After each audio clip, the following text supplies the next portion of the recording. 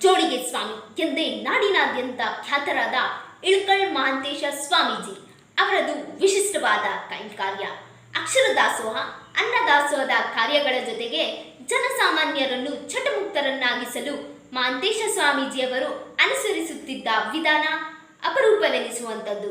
ಉತ್ತರ ಕರ್ನಾಟಕದ ಬಹುತೇಕ ಗ್ರಾಮಗಳಿಗೆ ಪ್ರವಾಸ ಕೈಗೊಳ್ಳುತ್ತಿದ್ದ ಶ್ರೀ ಶ್ರೀ ಶ್ರೀ ಮಣಿಪ್ರ ಮಹಾಂತೇಶ ಸ್ವಾಮೀಜಿಯವರು ಜ್ಞಾನಜ್ಯೋತಿ ಬಸವಣ್ಣನವರ ಪ್ರತಿಪಾದಿಸಿ ಗ್ರಾಮಗಳಿಗೆ ಸಿದ್ಧಾಂತಗಳನ್ನು ಮನೆ ಮನೆಗೆ ತಲುಪಿಸುತ್ತಾ ಗ್ರಾಮೀಣರ ಮುಂದೆ ವಿಶೇಷ ಮನವಿ ಮಾಡುತ್ತಿದ್ದರು. ನೀವು ನನಗಾಗಲಿ ನನ್ನ ಮಠಕ್ಕಾಗಲಿ ಏನನ್ನು ಕೊಡಬೇಡಿ.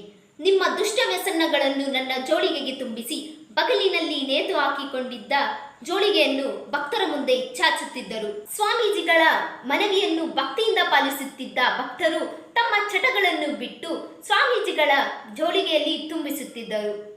ಬೀಡಿ, ಸಿಗರೇಟು, ಮದ್ಯದ ಬಾಟಲು, ಗುಟ್ಕಾ ಈ ರೀತಿಯ ಚಟಗಳನ್ನು ವಸ್ತುವಿನ ರೂಪದಲ್ಲಿ ಸಾಂಕೇತಿಕವಾಗಿ ಸ್ವಾಮೀಜಿಯವರ ಜೋಳಿಗೆಗೆ ಸಲ್ಲಿಸುತ್ತಿದ್ದರು.